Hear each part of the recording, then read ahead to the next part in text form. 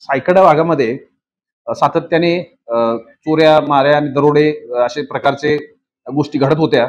त्या बाबतीमध्ये त्याच्या आळा घालण्यासाठी LCB, स्थानिक पोलीस आणि सर्वांनी मिळून एकत्रितपणे बऱ्याच गुन्हेगारांना या बाबतीमध्ये पकडलेलं आहे. त्याच्यापैकी सायकडा पोलीस स्टेशनमध्ये 13 तारखेला जो दरोडा झाला होता, त्याच्यामध्ये 3,84,000चा मुद्देमाल म्हणजे गळ्यातले सोन्याचे दागिने, कपाटामधले सोन्याचे दागिने हे सर्व म्हाळसाकुरे या शिवारामध्ये ह्या चोरट्यांनी चोरी केलेले होते. या सर्वांच्या बाबतीमध्ये त्या गुन्हेगारांना अ, 3 गुन्हेगारांना पकडण्यामध्ये LCBला आणि स्थानिक पोलिसांना यश आलेलं आहे. त्यामध्ये विशाल बनसोडे, दिलीप चव्हाण, राहुल चव्हाण हे 3 आरोपी याच्यामध्ये पकडले गेलेले आहेत.